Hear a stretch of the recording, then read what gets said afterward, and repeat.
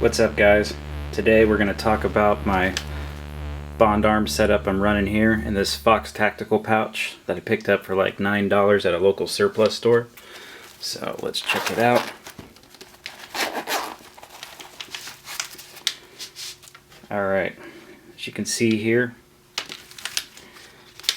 Bond arms is right here. So this is the roughneck model with the 3-inch 45 Colt 410 barrel. It'll shoot 45 Colts and 2.5-inch 410s. So that goes in the pouch right there. Over here you can see I have an extra barrel. This is the 357-38 special barrel that it came with, that I purchased the Bond arms roughneck with. So the neat thing about this is that this pouch here allows you to, you could put, actually, there's enough room to get this thing all the way down to the bottom. You could put two here, so you could put a 22 or 9mm barrel in there, and then you could stuff this cavity here with various ammo. But here we got 4 2.5-inch 410s and 4 45 Colts. So it all kind of fits in here pretty nicely. So what we're going to do is going to take this to the range and put some of these rounds through it and see how it does. Okay, here is the pouch. The Bond arms roughneck with the 410 barrel.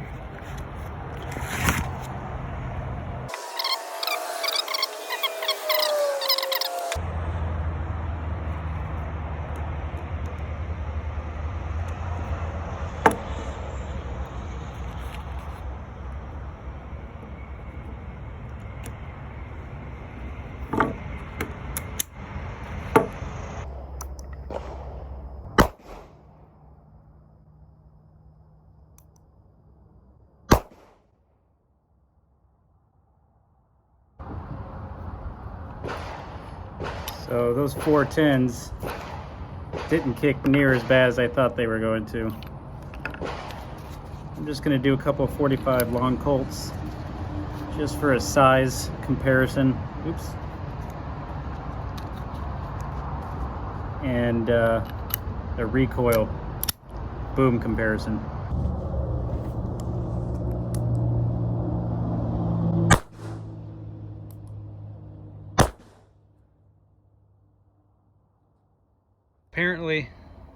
Apparently I shoot to the left with the Bond arms. You can see the 45 long Colt 200 grains leaves a little bit bigger hole than the triple lot buckshot. And there's the other 45 long Colt. I'll try a couple more of these 410 self-defense rounds.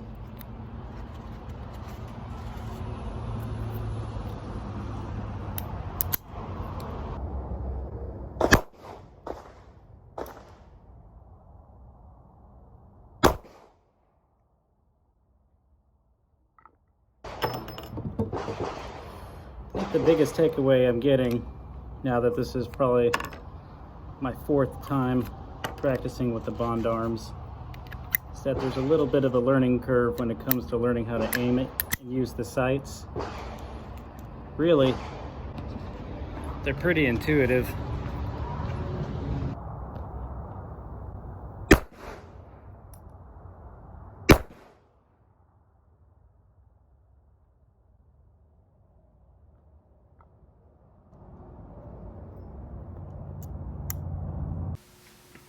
So I'll admit I had some difficulty at first learning to shoot the Bond arms, or at least getting it on target where I needed. I don't know why it took me 3 or 4 trips to the range, but I think I really got it on this last one. Just for frame of reference, I'm used to shooting Glocks, so let that tell you what it will. But overall, I'm pretty pleased with the performance of this 410 45 Colt barrel, especially after I got some good ammo for it. So I did try some 7.5 shot, which was pretty much useless. Probably wouldn't even have injured somebody in a self-defense situation, so don't recommend that. Definitely what you want to go for are something like this. This is the Cellular and Bellet self-defense 410 round. So as you can see here, it's got one triple op buck followed by 15 pieces of BB buck. So a great combination for a self-defense 410 round. Only thing is, these are really hard to come by right now. Another really good round was this Cowboy Action 45 Colt. Some pretty meaty little rounds, as you can see. 200 grains. So I got a couple of boxes of this and another brand somewhere around here that's a 250 grain bullet. Another thing that really wasn't as bad as I thought was this shot shell. So compared to the 410 with the 7.5 shot, as you can imagine, a 410 round in here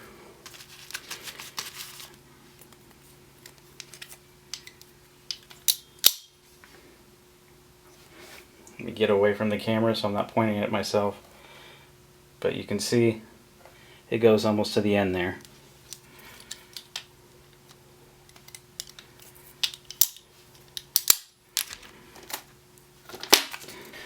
Compared to the shot shell, I mean, you have that much more barrel with the actual rifling. Not that it matters with the shot shell. So yeah, the 410 self-defense followed by the 45 Colt. These are the 3 rounds I would recommend for your Bond Arms 3-inch 45 Colt 410 barrel. So keep in mind, you can't shoot the 3 inches out of these. They won't even go in.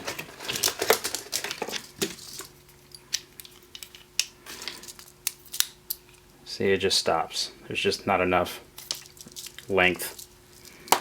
So you can only shoot the 2.5 inch, but that's okay.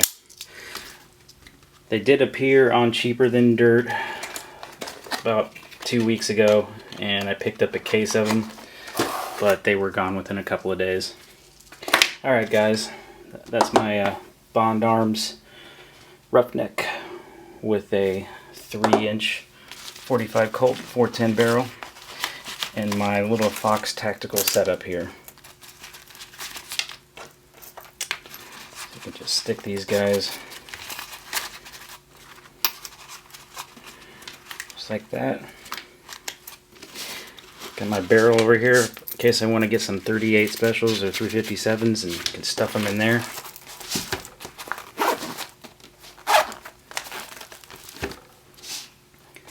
If you got any questions or want to have a conversation, leave a comment down in the comment section.